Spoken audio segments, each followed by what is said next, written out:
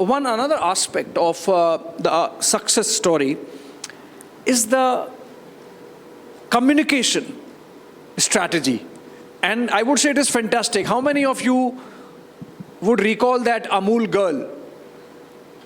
See it, watch it, all of it, the entire hall. You know, last session I asked, how many of you have Demat accounts? Just about 55-60% said yes. But everyone has seen the Amul girl, and that's fantastic because, you know, whenever I'm writing those top jackets or supers I have to write sometimes, you know, I think of that Amul girl ad, yes, where everything is communicated with such brevity in 3 words. Yes. The latest one, of course, was the Buckingham murders, on which the play was, yes, baking with makhan. So how does it really happen? Like, are you part of that strategy? Like, you would have seen it closely. Yes and no. Yes, because as a client, obviously we endorse whatever the agency comes out. And no, because the agency has full creative freedom to do what it wants in terms of wordplay, the theme, the messaging on its own. And I would be seeing the topical at the same time you are seeing it as a consumer. So we don't have an editorial interference in what the messaging is all about. This is perhaps the only brand in the world in which the client does not approve, quote unquote, the creative. And the agency has been given this creative liberty and freedom to publish it on billboards, in print, in social media. And we as the client who would sign the bill for sure would see it like the normal consumers do. So this is a unique part of this campaign, and that's how the agency has maintained the topicality of it. Amul Girl has maintained a place in everyone's heart because whatever she says and speaks is what is the mood of the nation. Yeah. At times she is sad, at times she is happy, but it is not that she is talking to someone with any malice.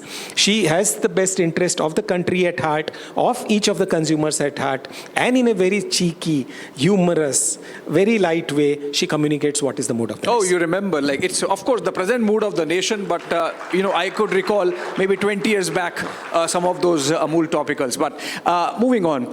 So you're talking about villages, you're talking about women, many of them might not be educated, they are just taking care of one buffalo or 2 cows in their family, in the shed, in the village.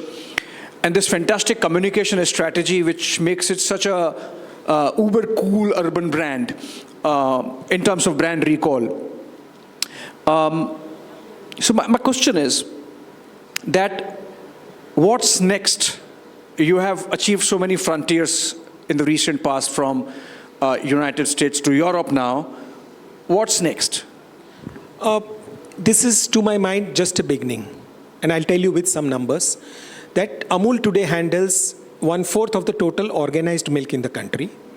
But organized sector is only 1/4 of the total production in the country.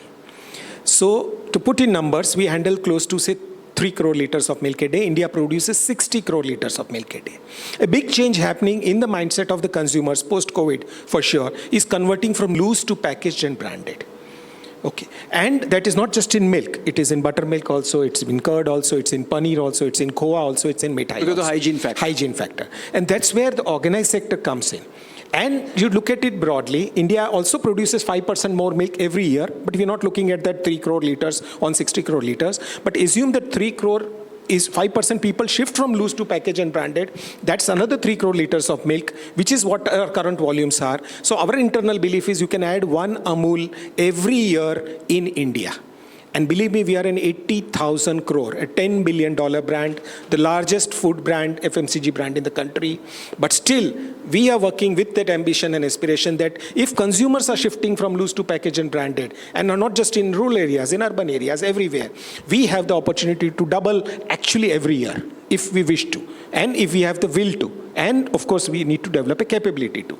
So I can be very, very assured, and I can tell you that this is a great opportunity within the country.